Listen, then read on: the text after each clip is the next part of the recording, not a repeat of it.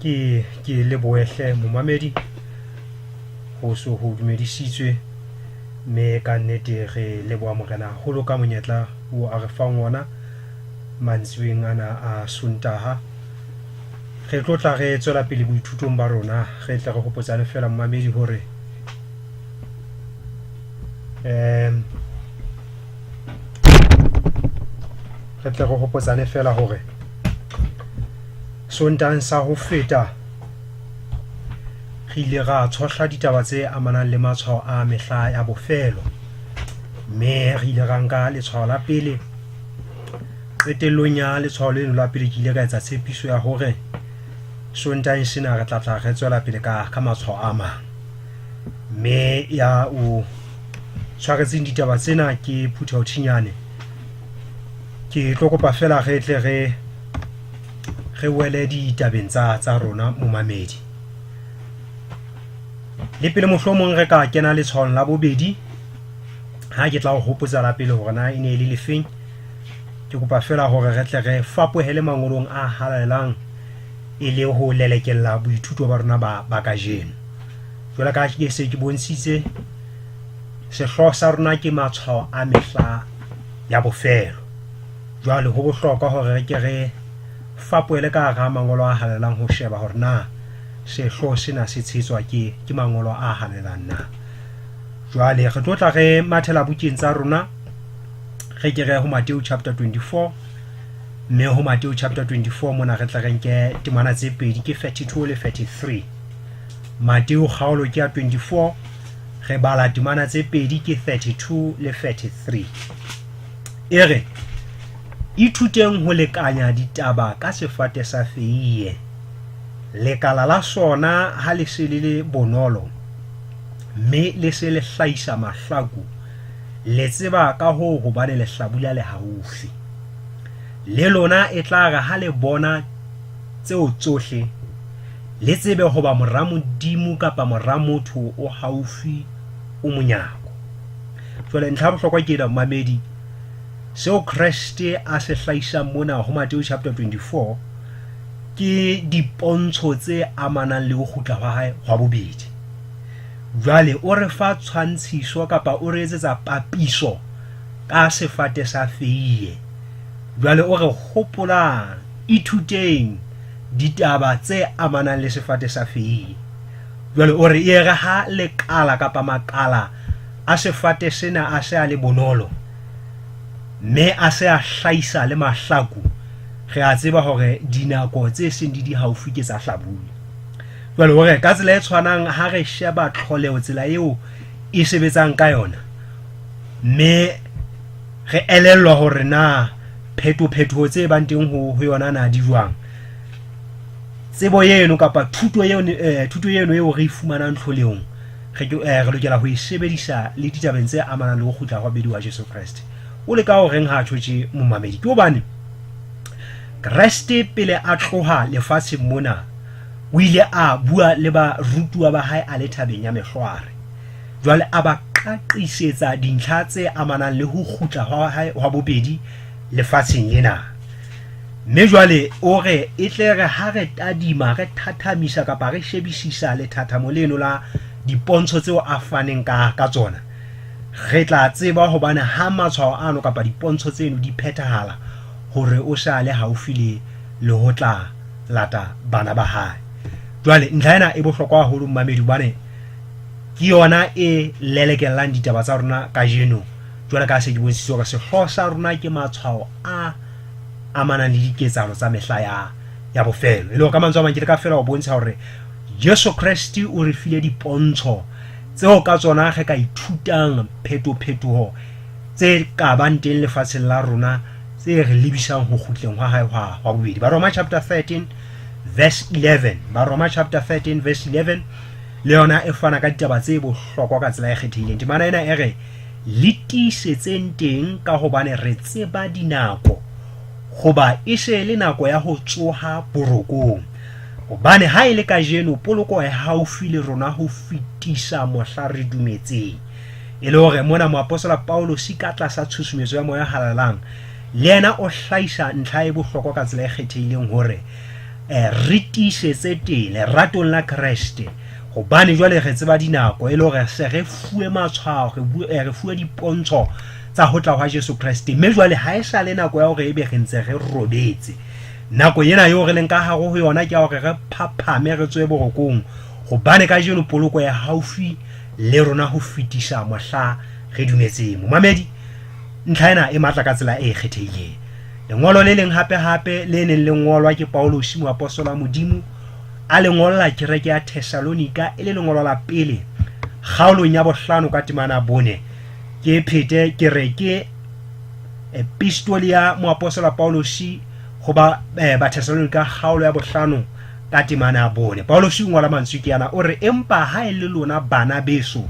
ha le lefifing hore letsatsi leo le ka le wela ka sehloho jwalo ka leshodu ka mehla re le ba Kriste re ithuti hore ihle ho khutla ha bedi wa Jesu Kriste ho tshwantshwa le leshodu la bosiu empa seo ke se ratang ka ho fitisa mona Paulos ha ngolla kereke e Thessalonika o kgothatsa baena tumelong o re ha e le lona bana beso ha le lefifing hore letsatsi leo le ka le wela ka sehloho jwalo ka leshodu le ntla bohlokwa ke hore ba kgethwa ba Kriste ba dumedi baena tumelong ba tseparetse nnete ya Kriste le tumelo e leng ho Jesu Kriste ha ba le fifing hore Jesu Kriste a ka ba hlaha ngope soa kapa a ka ba hlaha le sumatha a ka ba hlaha ba sa ka ba itukisa ntla bohlokwa ke hore ba rutua ba halaledi ba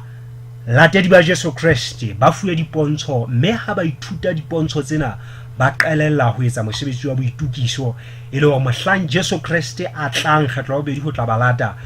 ba tle ba fumanwe ba lokise dikamano tsa bona le Jesu Kriste jwale ntlha ena e bohlokwa haholo ke temana tse tharo tse nong ke rata fela ho bula boithuto ba rona ba ka jeno ka tsona Jesu Kriste wa tla mmamedi yena ke kopa ho ipheta ke ile ka e bontsha nako nya ho feta hore ho tla hwa Jesu Kriste ha wa itshetleya tabeng ya hore na re bala bebele kapa ha re bale re dumela ho modimo kapa re dumele ho yena Jesu Kriste o tla re dumela kapa re sa dumele re dumela ho morena modimo kapa re sa dumele ho yena re bala bebele kapa re sa e bale bebele ya re tishetsa dipontsho tsa mehla ya ha jwale di a re supisa hore Jesu Kriste wa tla tlholeho le yona ya meketsa e fihetswe mme e tsetselela ho tla wa morena le mophulusi wa rona e leng Jesu Kriste jwale ke bontshitse nako nya ho feta la ka mapaki a mangata hore Jesu Kriste wa tla jwale ntlha ena e bohlokwa ka tsela e kgethehileng mmamedi e le hore boithuto ba rona ha se mo re tlo tla re sheba hore na e fela e le nnete hore Kriste wa tla ne ntlha e ke tlo tla ke itisa ke hore matshwao ao a re fileng ona a ntse a phethala nyele le bosiu ka pela mahlo a rona mme re tsebe hore ha sa le hole jwale ke nako e ntle yena momame eo re tlo tla re shebisana ditaba tseno mme se ke kopa hle ka boikokobetso hore morena modimo a tle a re thuse qetellong ya boithuto bona re tle re fetohe mme re fetohele mesebetsing e molemo e tlang ho re isa tseleng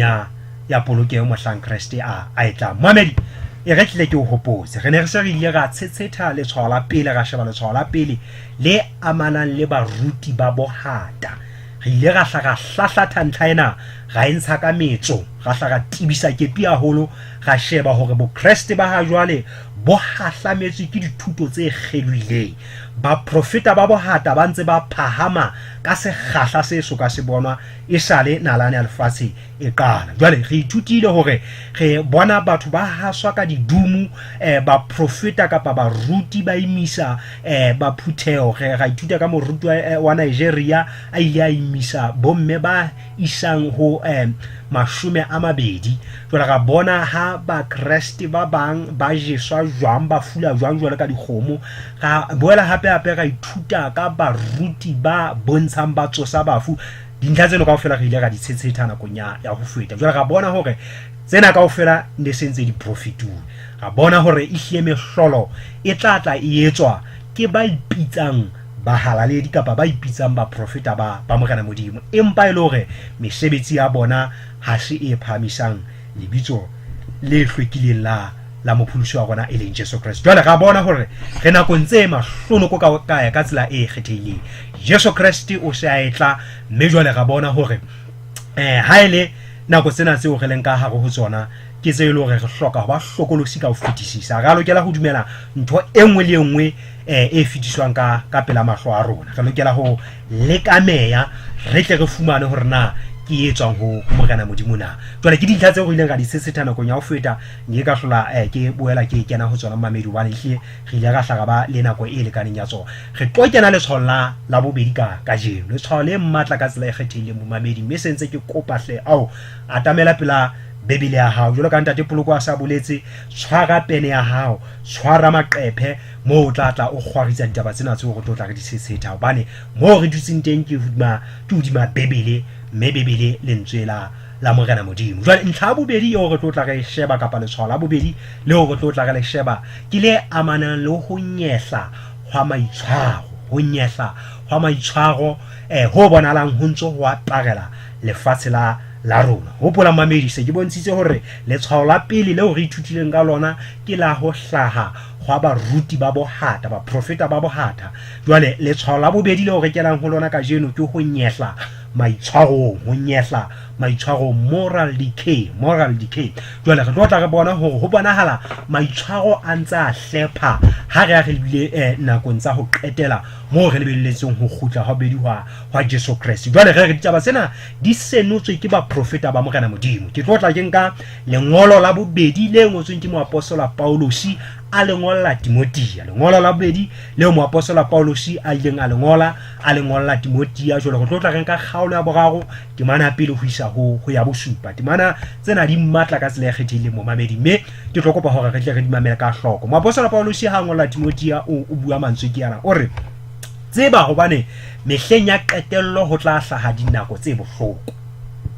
Mamedi, le pele re ka pele ho thwe tseba hobane mehleng ya qetello ho tla hlaha dinako tse bohloko. E le hore ditaba tseo re tlo tla re di bala mona ke tse amanang le mehla ya bofelo, ke mehla kapa ke diketsahalo tse amanang le bofelo ba lefatshe, ditaba tse amanang le ho kwalwa hwa nalane ya lefatshe. Jwale ha re mamele ka hloko hore na ditaba tsena ke tsa mofuta ofeng. Hopola mamedi hore ke rona moloko, ke rona setjhaba se phelang matsatsing ana a ho qetela, re setjhaba se phelang mehleng ya bofelo. Jwale ho thwe nakong ena ya rona ho tlo hlaha dinako tse bohloko. Ha re mamele hore na dinako tseno ke tse hlaloswang ka tsela ya mofuta ofeng. Ho thwe hobane batho e tla ba baithati, le ba ratang leruo, le ba kaki, le ba ikaketse, le ba nyefudi, le ba sa utlwing batswadi ba bona, ba hlokang teboho le borapedi, e tla ba senang lerato la hlaho le ha e le ho tshepeha, ba etselletsang ba bang, ba sa tsebeng ho itshwara, ba sehloho, ba hloyang ba molemo, ebe baeki le bahalifi le ba ikgomusi, ba ratang menate ya nama e se Modimo, ba tla ba le sebopeho sa borapedi empa e le ba latotse matla a jona, le ba jwalo o ba furalle. Hara bao ho na le ba kgukgunyelang matlung, mme ba hapa basajana ba imetsweng ke dibe, ba kenweng ke ditakatso tse ngata, ba ithutang ka mehla empa e le ba sitwang ho fihla tsebong ya nnete le ka mohla o le mong. Mamedi, dintlha tsena di matla ka tsela e kgethehileng. Paulosi ha ngola ka tlasa tshusumetso ya moya o halelang, a re bontsha, a re senolela dinako tsa mehla bofelo. O bontsha nakong tsena ho tla hlaha baithati, ho tla hlaha batho ba ratang leruo, batho ba ikgomosang, ba nyefolang, ba sa utlwing batswadi. Re se re badile ditaba tsena, empa ntlha bohlokwa ke batlang ho entsha ka hara ditaba tsena ka ha dingata, mme nkeke ka nka ntlha ka nngwe. Seo ke nang le thahasello sona ke sena mamedi, ke kopa ke phete temana ena mona mo e reng batho e tla ba rata menate ya nama e se Modimo. Jwale ha e qeta ho tjho jwale e tswela pele e re ba tla ba le sebopeho sa borapedi empa e le ba latotse matla a jona. E le ha ho thwe batho bana ba na le sebopeho sa borapedi, e le hore ke batho ba tshwarang dibebele, ke batho ba yang dikerekeng, ke batho ba aparang ka tsela e le hore mohlomong re ya hlompheha ke batho ba rutang ka Bebele ha tswela pele e re harabao hona le ba kgukgunyela matlung mme ba hapa basajana ba imetsweng ke dibe ba kenweng ke ditakatso tse ngata ha re mamela ha e qetella mamedi e re ba ithutang ka mehla empa e le ba sitwang ho fihla tsebong ya nnete le ka mohla le mamedi ha ra lokela ho lahleha ntlhaena e mmatla ka tsela e kgethehileng dibopeo tsena tseo re ithutang ka tsona mona tseo Paulus a re ngollang tsona kapa tseo Paulus a re fang tsona e le ditaba tse amanang le mehla bofelo ke dibopeo tsa batho ba kenang kereke ke dibopeo tsa batho ba dumetseng ho Jesu Kriste empa ka bomadimabe batho ba fupereng Bebele ba tshwereng Bebele ba dumelang mangolong a halalelang diketso tsa bona di latola seo e leng nnete ya Morena Modimo jwale batho bana ho thwe bana le seaparo kapa sebopeo sa borapedi ke hore ke batho ba le hore ha o ba tadima ka lihlo la nama o bona e le batho ba halalelang empa diketso tsa bona ke tse latolang matla a Modimo matla a Modimo ke afe momamedi ha re hopole ha o sheba ho ba Roma mane chapter 1 ha o ka sheba ho ba Roma chapter 1 o tlo fumana mantswe a matla ka tsela e kgethehileng ke tlo go ba fela ke o balle wona hona le mo re yang teng hona le mo ntlo e tshang teng momamedi mme ke rata hore re ke re fapoele fela ho ba Roma chapter 1 mona re ke re shebe temana 16 ha o hlaloswa matla a Modimo ho thwe hobane ha ke na dihlong tsa ho bolela evangeli ke ba Roma chapter 1 verse 16 hobane ha ke na dihlong tsa ho bolela evangeli hobane ke matla a Modimo a ho pholosa mang le mang ya dumelang mojuda pele le yena mokgerike ntlha bohlokwa ke na Paulus ha bua ka matla a Modimo o re ke evangeli mme evangeli na se evangeli fela ke evangeli e pholosang mang le mang ya dumelang e le ha o thwe mehleng ya ho qetela ho tla hla batho ba nang le sebopeo sa borapedi empa e le ba latotse matla a jona e le hore ke batho ba yang kerekeng empa ba sa dumela evangeli e pholosang hobane ba dumetseng evangeli ena ho thwe ba tla fumana pholoho dibeng tsa bona e le hore e tla ba batho ba sokolohang ba hwang diketsong tsa bona tse ditshila empa ka bo madimabe ho thwe dikereke tsa mehla ya ha jwale ho tla ba le ba Kriste ba dumetseng ho Bebele ba tshwarang di Bebele ba yang dikerekeng mme sebopeo sa bona e le sa borapedi empa ka bo madimabe diketso tsa bona e tla be le tse silafetseng hobane ho nkwa mohlala mona ho thwe ba bang ba bona ba kgukgunela matlung mme ba hapa ba sajana ba imetsweng ke dibe ba kenweng ke ditakatso tse ngata e le hore mona ho bua ka diketso tsa bohlola ke hlola ke tsa ke thoka ka mehlata bena mmamedi hore hona le se mmakatsang hona le se mmakatsang ke re ha re nka taba tsena fela ka lihlo la botho ke hore kutlwiswa ka ke hore haeba re na le bakudi ka hara motse ha re eketsa ditleliniki kapa re ba le dipetlele tse ngata utlwiswa ya botho e re bakudi ba ka hara motse sekgahla sa mafu se tlatla se fokotseha hobane jwale ditleliniki le dipetlele di ntse di eketsa ka hara motse ka mantswe a mang ke re boteng ba dipetlele bo tla fokotsa sekgahla seo mafu a kenang bathong ka sona jwale hape re haeba mohlomong re ka hare ho motse mashodu a eketsehile haholo fela jwale re ho ba le ditsi tse ngata tsa mapolesa kutlwiswe ke hore nako eo mapolesa a nkang taolo ka hara metse le metsana eo re phelang ka ho yona sekgahla seo mashodu a bang teng ka hare ho metse ya rona se tla tla se thefuleha kapa se fokotseha hobane jwale mapolesa a sa le teng ka hara metse empa ke re ho a makatsa ka jeno hore dikereke di ntse di eketseha ka hara metse le metsana eo re phelang ka ho yona empa ha re bone sekgahla sa baetsa dibe sona se fokotseha mme re kutlwisiswe e le hore ha dikereke di ntse di eketseha ka hara metsana le metse eo re phelang ka ho yona e ne lokela hore ebe batho ba sokolwa dibeng tsa bona batho ba hwa dibeng tsa bona ka diketsong tsa bona jwale re bona setjhaba sa Morena Modimo se foralla mesebetsi e ditshila se sokolohela ho Morena Modimo empa re bona se tse fapaneng ka jeo dikereke ntse di eketseha di balwa ka diketekete nako ya ho feta jwale ka ke ile ka bontsha hore bohareng ba selemo se fetileng e leng sa 2018 ho ile ha hakanyetswa dikereke tsa ba Kreste kapa tsa bo Kreste tse leng teng lefatsheng di se ka tlasa 48,000 ka palo. Jwale re dikereke tsena ke tse buang ka Bibele, ke tse buang ka Jesu Kriste, empa ho makatsang ke hore o bona re ntse re phela ka hara dibe, re ntse re sesa ka hara bodiba ba dibe tsa mefutafuta. Jwale potso ya mantlha ke hore na ho tla jwang hore ha ho tla jwang hore ebe ba etsa dibe ba ntse ba eketseha empa dikereke le tsona di ntse di eketseha. Ha re ne re lebelletse hore ha dikereke di eketseha ka tsela e nngwe e itseng jwale ba etsa dibe ba tla fokotseha, empa ka ithuta ka jeno hore boprofeta bo ile ba senola taba ena hore mehleng ya qetello ho tla hlaha batho ba nang le sebopeho sa borapedi empa e le ba latotseng matla a jona. Matla a jona ke efangedi ya mmuso, efangedi e pholosang ba etsa dibeng tsa bona. Mohammed ke leka hore fela ke o bontshe hore re nakong tse mahlonoko ka ho fetisisa, mme ho nyehla ha maitshwaro ho profituwe ka hara mangolo a halala. Ha re ke re fapoele ho Hosea chapter 4 ke ka hlwa ke hlapolla ditemana tsena se ke adile motheo ka eno ya ntho ya Paulusi ha na ngolla Timothy ya ngolong leno la hae la bobedi. Hosea chapter 4 re nka temana tse pedi. Temana ya pele le ya bobedi e re utlwang lentswe la Jehova lona bana ba Israel, hobane Jehova o ya tsekisa ba ai ba lefatshe, hobane ha ho nnete le mohau lefatshe, mme modimo ha o tsejwe teng.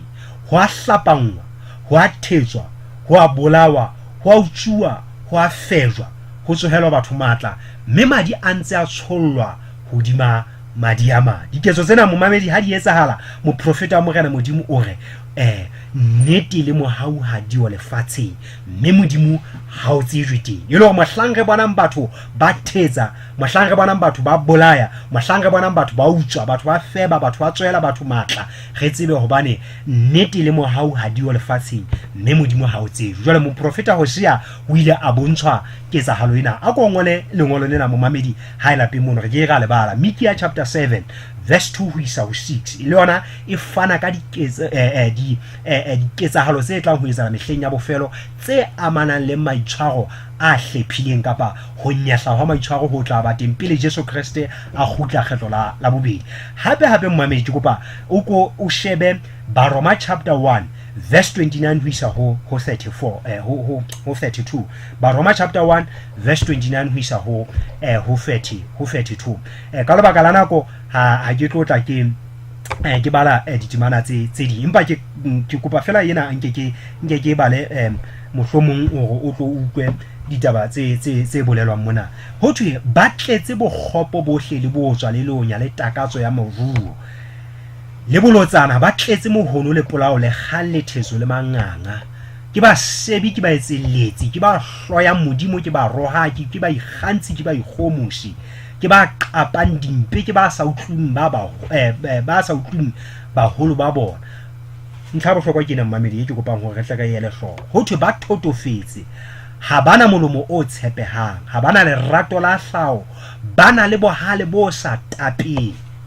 ha bana ho utlwela ba bang bohloko. Ntlha ya ho qetela e matla ka tsela e kgethileng e ntlisitseng tebaneng ena ke ena e bolelwang mona momamedi e re mme le ha ba tsebile kahlo ya modimo e reng ba etsang tse jwalo ba tshwanetse ho shwa, ho di etsa ba di etsa, ba bile ba emela ba di etsang le hona. E le mona ho so bua hape ka sehlopha sa ba Kriste, mme ka kotlo mona o tla bona hore ho bua ka baruti ke hore ke batho ba tsebang dikahlo tsa Morena Modimo hore ba ikgomosi, batho ba kgopo, batho ba phelang ka botswa, batho ba phelang ka lonya, ka takatso ya leruo, batho ba phelang ka thetso, ka dikgang le dipolao le manganga, batho ba ikgantsi le ba rwaki, batho ba ile hore ba qapa dimpe, ba tlotla ba hlwa ke Morena Modimo. Ho thwe batho bana le ha ba tsebile tse jwalo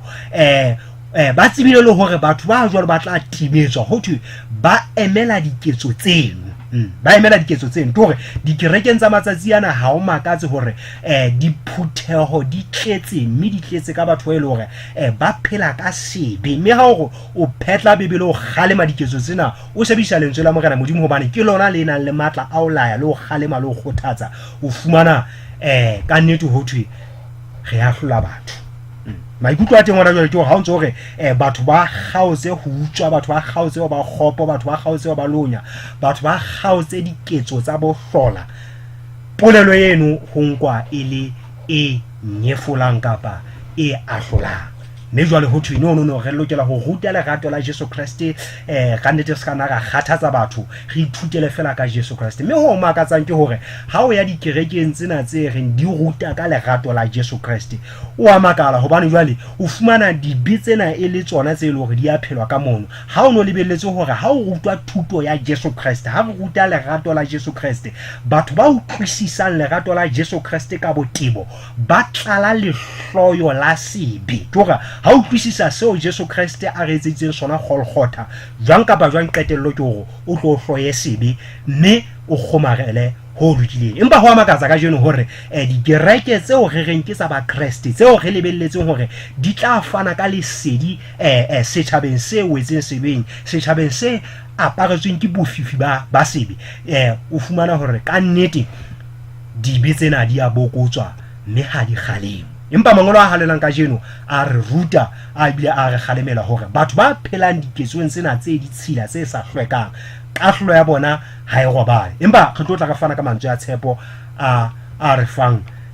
monyetla wa hore re boele re sokolwe re bake qetellong ya thuto ena. Ntlha bohlokwa ke re batlang ho itisa mmamedi ke hore nakong ena eo re leng ka hare ho yona ho bonahala ho nyehla kapa ho hlepha hwa maemo ho tlatla ho ba teng. Jwale ke tlo ya ka kotloloho mona ne ke ala motheo fela, ke tlo tla ke ya ka kotloloho sebeng seo bonahalang sentse seng ka mojao o moholo ka hara lefatshe la rona. Jwale sebe ke sena so thweng ke sebe sa bosodoma. Mmamedi ke tlo tla ke nyebekolla mangolong a halelang. Jwale re shebisisa re fatisisa ka botebo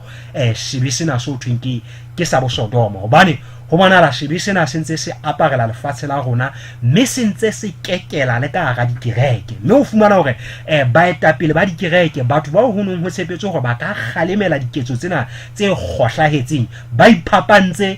mme ba sa re letho ka ditaba tsena. mme se ke bontshitse hore hangata mantswe ana ao ke tlo tla ke a bala ha hlahiswa a rutwa ho tla bothwe re sebe baahlodi ba batho. empa mmamedi ke etsa keletso hle ka boikokobetso bohle hore o modimo wa re rata, mme ha re fa ditaba tsena, ha na re ngolla ditaba tsena e ne so bane a re nyefola, e ne so bane a batla hore nyenyefatsa. empa sepheo sa hae ke hore re bake diketsong tsa rona tse ditshila mme re latele ho lokileng, re latele Jesu Kriste morena le mophusi wa rona. Ke tlo tla ke bala ba Roma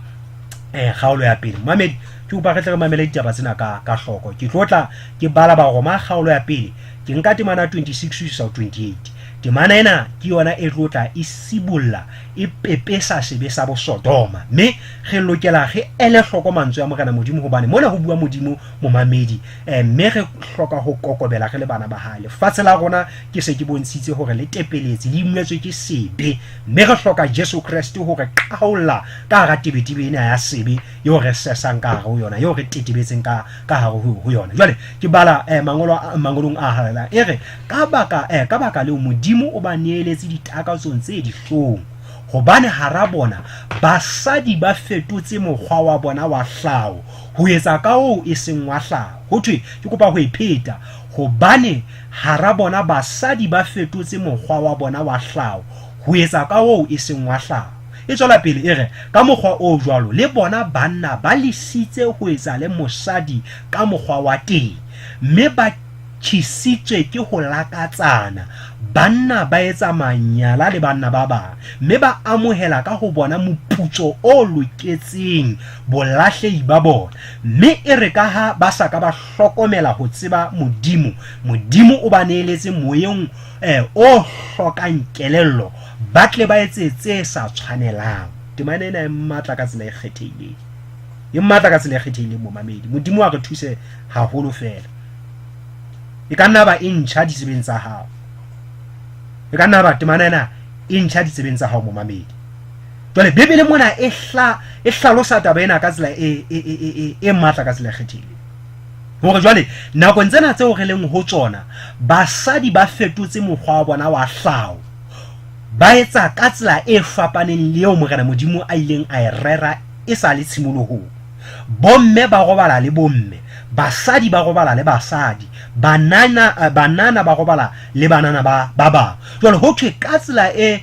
tshwanang ho bonahala le banna ba lisitse ho etsa le mosadi ka mokgwa wa teng, e le hore bontate ha ba sa robala le bomme, banna ha ba sa robala le basadi ka tsela eo Morena Modimo a neng a hlophisitse ka teng. Empa ho thwe banna ba tjhisitswe ke ho lakatsana, banna ba etsa manyala le banna ba bang. Lentswe lena manyala re bontshitse hore nakong ya ho feta hore ke lentswe la Sesotho le boima ka tsela e kgethehileng, le hlalosang ditshila, e le hore banna ba lakatsana. Monna ha sheba monna e mong o lakatsa ho kena dikobong le yena, ho robala le monna e mong ya tshwanang le yena, mme taba ena ho thwe ke ditshila tse makatsang mahlong a Morena Modimo. Jwale Morena Modimo ha a tswela pele mangolong a halelang hore mme jwale ba amohela ka ho bona moputso o loketseng bolahlehi ba bona. Hobane jwale ntlha ya bohlokwa ke hore ho bonahala dikgalemelo tsa Morena Modimo di ntse di tla kgafetsa, Modimo a seba ka moya wa hae o halelang dipelong tsa batho bana ba bonahalang ba kgomaretse diketso tsena tse ditshila, empa qetellong ho bonahala batho bana ba ntse ba tswella pele mesebetsing ya bona e kgohlahetseng. Jwale ho thwe Modimo o banelletse moyeng o hlokang kelello, ba tle ba etse tse sa tshwanelang. Jwale momamedi, ntlha ena matla ka tsela e kgethehileng hobane jwale re maemong ao sebe sa bo Sodoma se ntseng se tlwaele. Ha ne se qala mona e ne le ntho e phamisang dihlokonyana. Jwale ka ha diabolosi o sebedisa le diphatlalatso kapa media ho fitisa dibe tsena hore qetellong di ke di tlwaele, di qadile hanyane di television mane ho ntse ho bona dipapatso kapa dipale tsa baratani tsa banna ba robalang le banna ba bang. Mme taba ena ya ba e ntse kena hanyane ka hanyane ho fihlella dikelello tsa batho di ananela hore ke karolo ya bophelo. Ho jwang ka jeno mmamedi, ho jwang ka jeno ha e sa le ntho e makatsang hore ebe re fumana batho ba mofuta ona ba batla ditokelo tsa bona. Ke tlatla ke re a dintlheng tseno ka botebo ya ka tle ke bontshe hape mangolong a halelang. Lefedike chapter 18 verse 22, Lefedike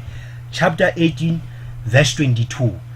e re o se ke wa robala le monna jwalo ka ha o robalwa le mosadi, ke ntho e manyala. Kgafetsa ha o bua ka sebe sena sa bo Sodoma, Morena Modimo o re diketso tsena ke manyala. Modimo a re thusa ka tsela e kgethehileng mo mamedi. Haeba o teng mele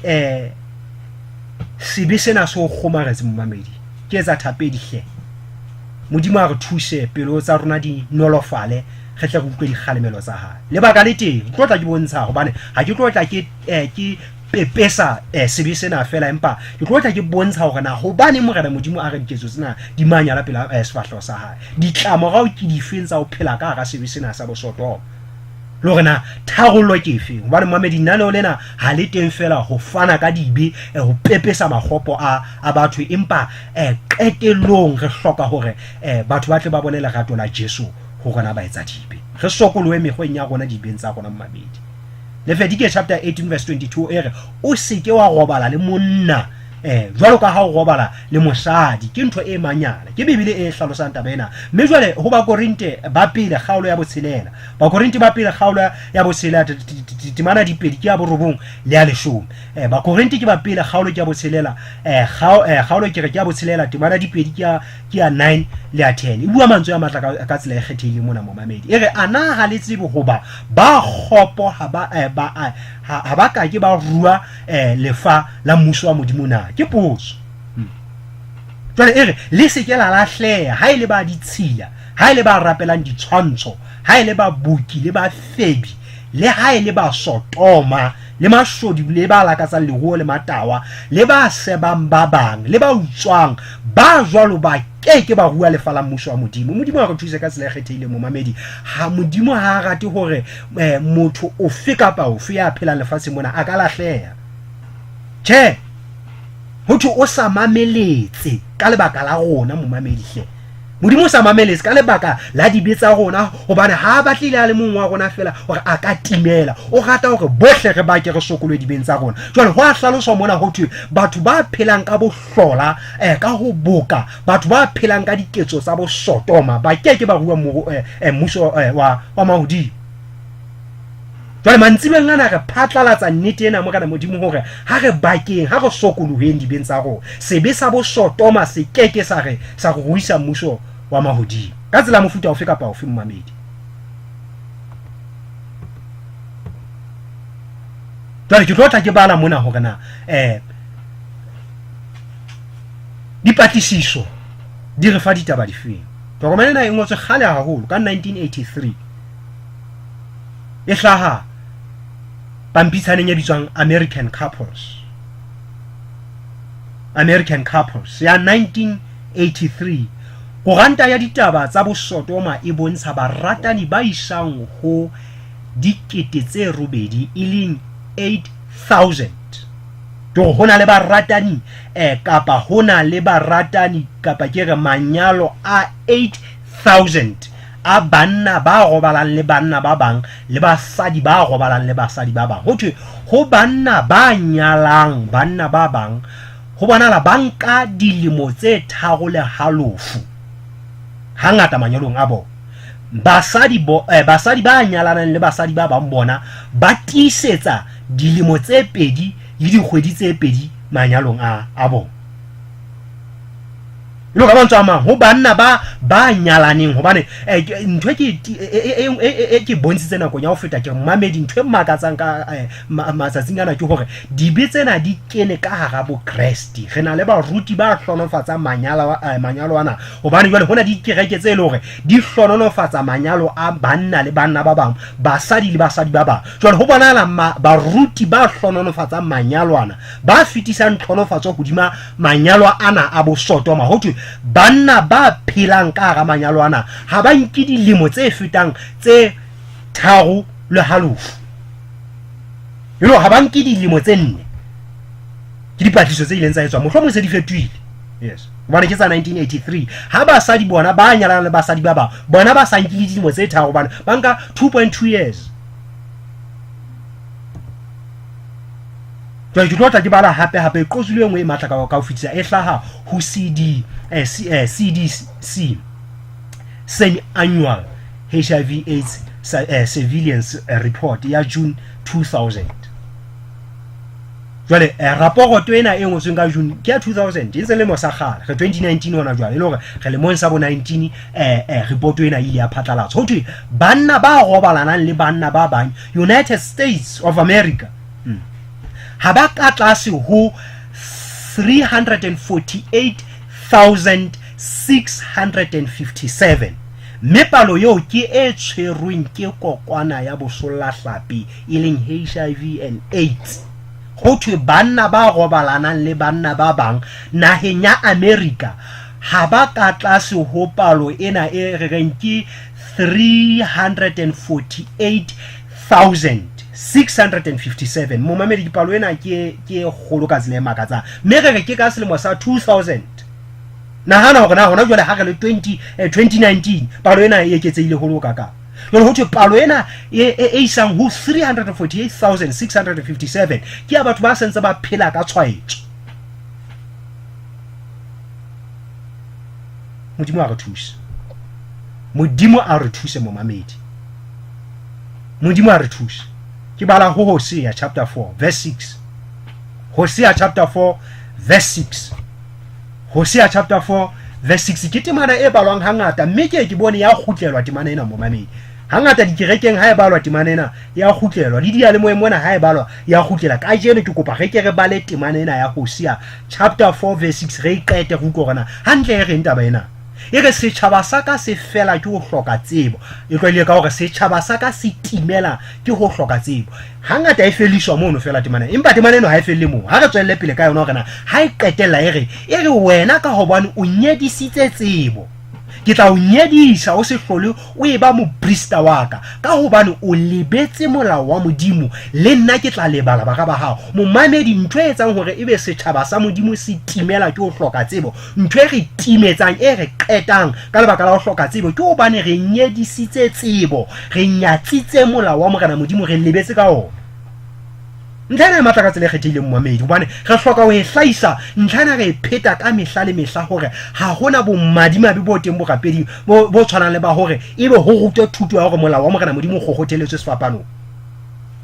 jwale ha o kgokgoteletswe sefapano ho sotwe re phela ka mohau ka nnete re ska nna ka ipelesa ntho tse thata tsa melao e 10 hwa gona ke o ruta ka lerato la Jesu Kriste le mohau wa hae fela ntlha ena e matla ka tsela kgethile mmamedi bane jwale Morena Modimo hore re a timela hobane re nyatsitse tsebo re belletse molao wa Morena Modimo ka thoko hobane se ke balile ho Lefetike chapter 18 verse 22 hore monna ya robalang le monne mo jwalo ka robalang mosadi o etsa ketso e manyala mme ha moruti a phetla Bibele a re re sa lokela ho ituba ka melao ya testament ya khale e kgokgotheletswe sefapanong re se go lokela ho phela ka mohau fela e le hore seo a se bontshang ke hore batho ba ka phela ka diketso tsa bo Sodoma banna ba ka obala le banna ba bang ka ga dikereke ke bo madimabe bo tshabang so Morena Modimo ha a bona ketso ena o re setjhaba sa ka se fela ke o hloka tseo hobane jwale re nyedisitse tsebo re lebetse ka molao wa Morena Modimo go belletse ka thoko go kgokgothelletse sefapanong Modimo a ka hauhele mmamedi tlo se hlo sena se mahlono ko ka tsela e kgethileng hobane jwale ka re o metse le metsana a rona se be sena sa bo Sodoma sentse se kekela mme re ke re sentse se tlwaele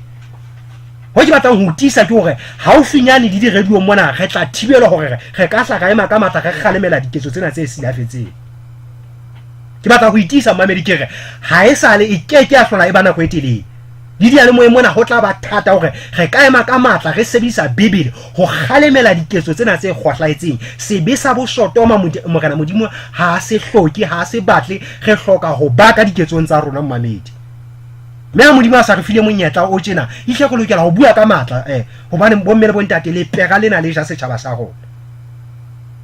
ha mata ka trope yana maseru ke masisa pelo a tshabehang bana ba banyane ba phelang bophelo ba bo Sodoma mme jwale dikereke ha di bui ka taba ba ruti ha ba kgalemi dibetsena mo mamedi potso ke bona setjhaba sa Morena Modimo se a kae ha re phela ka ga le fifile le tsoha ka lekala empa Bibele e le teng mo mamedi Modimo a re thusa ka tsela kgethileng Modimo a re thusa ka tsela kgethileng ke bala Petrus wa ntho mona wa bobedi ke a hlokomela ka ha ntse re capture video mona mmamedi ke ngotse le ngolo lena hampe wena mmamedi ya tla shebella video ena YouTube ke Petrus wa bobedi ha swape Petrus wa bobedi kgaolo ke ya bobedi re nka temana ya bohlano ho isa ho ya lesho mme ha o saka wa hauhela lefatshe la kgale ho bua ka Modimo mona ho tjena Modimo ha o saka wa hauhela lefatshe la kgale wampa wa boloka nuwe mmoledi wa holoka ile yana wa borwa ba meno ile mmedi mo hla o tlisa morwallo hodima lefatshe la banyefudi mme ha a hlotse motse wa Sodoma le Gomora ka ho repeat la ka ho fetola molora hore ebe temoso ho batlang ho ba banyefudi mme ha o phulusitse Lota monna ya lokileng ya neng a hlora hampe ka baka la diketso tse di hlontsa batho bao ba manyala hobane monna eo ya lokileng moyeng wa hae o lokileng o na ntse a hlora ka tsatsi le leleleng ha ne a ile le bona ka baka la mesebetsi e mebe ya bona yeo a neng a e bona yeo a neng a e utlwa ke mo ho bonahalang hobane Morena o tseba ho lwela barapedi molekong le ho bolokela ba khopo hlokofatso ya letsatsi la kahlolo haholo ba dumelang ho hulelwa ke nama ditakatsong tse ditshila ba nyedisang Morena ba ikgantsi ba ikgomusi bao ha ba tshabe ho nyefola ba ganya mo Morena Modimo a re thusa ka tsela e makatsang mo mamedi ho tsho Morena Modimo ha saka a hauhela lefatshe la kgale la mohleng ya nuwe nako nyerenana ke nyatlaetsa hore ha bona bokgopo bo sebise sa bo Sodoma sentse se ata se tota se phagala ebe ha timetse lefatshe la rona Modimo a re thuse mo mamedi Modimo a re thuse ho thwe monna eno ya lokileng wa Morena Modimo Lota o na hloka ka mehla hobane sebisena sa bo Sodoma se hla lefatshe la ne la Sodoma le Gomora Genesis chapter 19 mamedi nka rata hore o go ipalle yona o iketlile o ko nke kgaolo ene ka o fela wa yo to tla qala ho bona taba tse makatsang jwale ho thwe monna ena wa Modimo Lota o ile a phela lefatshe leno ka ho hloka ya hohle batho bana ba etsa manyala a utlwa diketso tse ditshila a bona diketso tse ditshila mme a hlokofetse moyeng wa ha Morena Modimo a lokela a romele mollo le sebabo le ho timetsa motse ono, mme ho ile a phunywa fela batho ba bararo ka palo jwale ka ile ka bontsha le sontang sa ho feta le ka jeno lena hopola Mohamedi temana tseo re ileng ra di bala nakong ya ho feta ho thwe jwalo ka ha ho bile jwalo mehleng ya Lota le mehleng ya ntho ya Nuhu le ho kgutleng hwa mora motho diketsahalo tseno tse etsahetseng nakong ya Sodoma le Gomora di tlo ipheta, mme ha re bona diketsahalo tseno di ipheta re tseba hore Jesu Kriste o sa le haufi le ho jwale ra bona sebe sa bo Sodoma sentse se phahama, sebe sa bo Sodoma sentse se phahama ka ga lefatshe la rona. Mamedi tlo ke elelo gore nako ena e mathile ka tsela e kgethileng ntate Poloko ka nnete ntate e mathile nako ena ke bona hore se bile re setse ka metsotso e robedi, mme ne ke ratile hore re o tshwara le tshone le matla ka tsela e makatsang, empa ka lebaka la nako ha ke sa kene ho lona, ka lebaka la nako momamedi ha ke sa kene le tshwao la boraro leo jwale le lona ne go lokela go tla le hlahlatha. Re tla fella sebeng sena sa bo Sodoma ho so ho bonahalang ka nnete se aparetse lefatshe la rona. Ha ke tsebe momamedi ka Poloko mohlomong o ka fa momamedi dinomoro tse wa ka kenang ka tsona se le moeng mona haeba a le teng aka tjho gana re reng momamedi re reng ka mangolo a halelang ha ile mo a totobatsa ho ka nnete diketso tsena ha se tse nepaetseng mahlong a mokana mo re reng ka diketso tse re bonang ka nnete di nyahamisa ha ka lekana, mme ha ntse re emetse momamedi ke kapa wa mmitsetsa ya re ke mmitsetse fela nomoro o ka kenang ho yona ke 6810 60 53 6810 60 53 ya mochaochile ke ina mochaochile ke 50 240128 nomoro mochaochile momamedi o ka kenang ka yona haeba o na le tlatsetso kapa maikutlo a fapana hodima taba tse re di beileng. O ka kena nomorong ena 5024 0128 5024 0128. Re bua ka sebe sena sa bo Sodoma so bonalang se aparetse lefatshe la rona, mme ha o le teng momamedi kena empa ha ntse go emetse re ke nne yo ba tshwareng ke nne ke tswele pele ditabeng tsena mamedi ke bala mantswe a fanang ka tshepo. Ke kopa ho bala mantswe a re fang tshepo bane jwale sebe sena sa bo Sodoma le sona Kriste a ka se tshwarela, mme bohle ba ingwetsweng ke sebe sena Jesu Kriste o bua mantswe ana Matthew chapter 28 momamedi Matthew chapter 28 na kwena ke bona e tsamaile ka pele hona bana Matthew chapter 28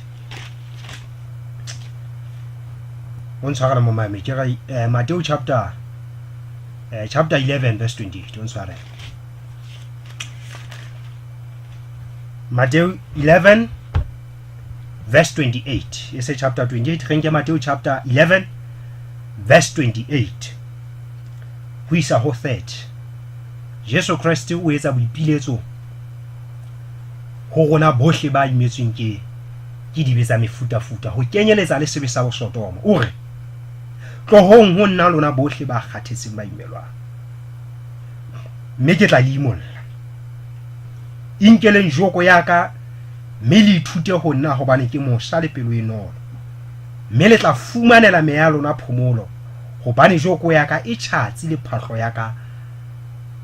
ha ena boima. Tshepiso ena e matla ka tsela e kgethileng momamedi. Jesu Kriste o re re tle ho yena, mme ha batle batho ba mafolofolo, ha batle ba o re ba kgathetseng ba imetsweng. Ha eba sebe sena sa bo Sodoma se o imetse, Jesu Kriste o butse monyako wa mohau mosimbone. O re atamela ke tlo o imolla.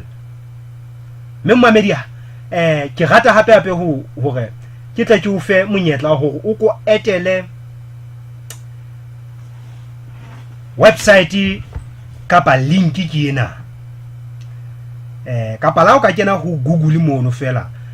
wa e sebedisa e search engine ya hao jwale wa fihla o re o type homosexual fact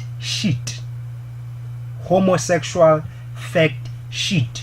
e hlaha website ya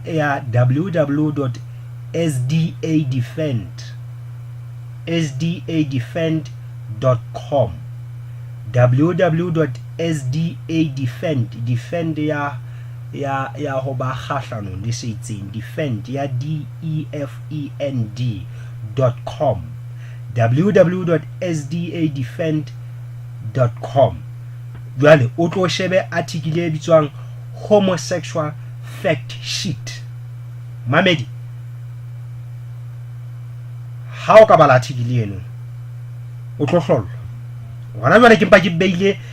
ditaba tse bobebe ka tsela e kgethehileng ke mpa ke beile ditaba tsa mangolo a halelang ha ke atibisa metso ka hore na ditlamorao tsa sebe sena sa bosodoma na ke dife ha o ka ya ka article ibile e fana le ka warning ha o qala fela warning ya teng re warning contains adult information not suitable for young children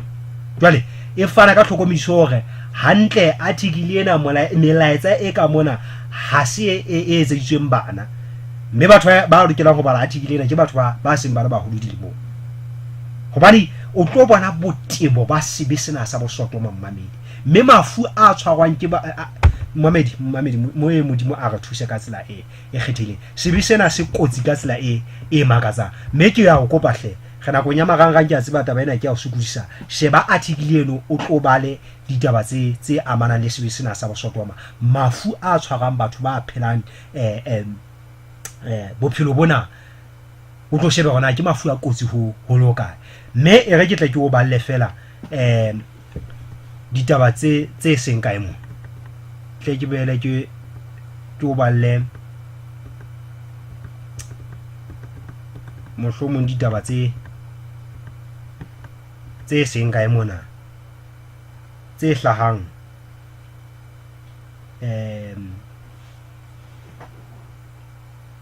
ka hara pampitshana ena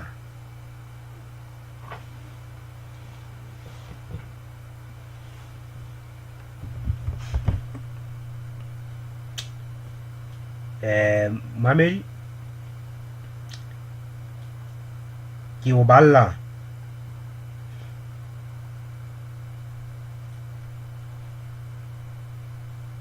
taba tse qalang fela mona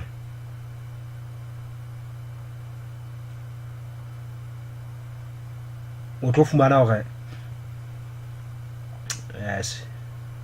selelekela sa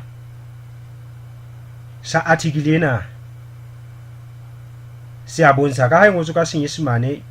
ke shebile manakana a rona hore se ka setse ka motsotso le mong ne ke batla hore e re hle ke fetola fela ka Sesotho se ka ba ka hlola ke o balla yona hantle e bontsha fela hore ho bonahala batho ba phelang ka diketso tsena tsa bosodoma ho le thata ka ho fetisisa e le di ho le kgolo e le batho ba babedi kapa e le dinoko tse pedi fela e leng 2% ka tlase bile ho ka tlase ho 2% batho ba tlang hore ebe ba tsofala ba ntse ba phela ka ga lifestyle ena ya homosexuality o ka mantswe a mang ha hona jwalo ka o tlole ha hona setabano so ka se bonang se tsofetseng ke ka tshwelo ho thwe o ka bonang motho ya tsofetseng ya ile hore o hotse a ntse a phela diketso tsa bosodoma ho thwe ha o thwe motho ena o phitsa a ntse a phela diketso 30 years ha ile a hla a qalela sebe sena a santsane a le motjha ha fihla le montse tse 30 fela boa fela bophelo ba hae hobane ho a bontshwa article ena hore ka selemo ba ba le mekhantufa e pakeng tsa 50 le 70 tore banna ba robalanang le banna ba bang ka selemo motho a le mong o ba le di partnera tse pakeng tsa 50 le 70 le mo se seng le se seng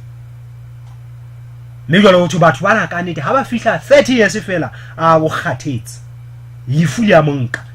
jwale o sa jerwe kapa o sa kenwe ke mafu a mangata a mefutafuta e le hore ne re ka thathamisa empa ke kopa a ko nyarele article ena mo mamedi homosexual fact sheet o tlatla o bona hore na sebe sena se tibile ho loka ka lebaka la nako mmamedi ke a elellwa hore nako ya gona e se re sile morena Khotso a re tsetse hantle ke kopa fela hore ke tle ke sie dinomoro tsa ka lebitso la ka ke Phutho Thinyane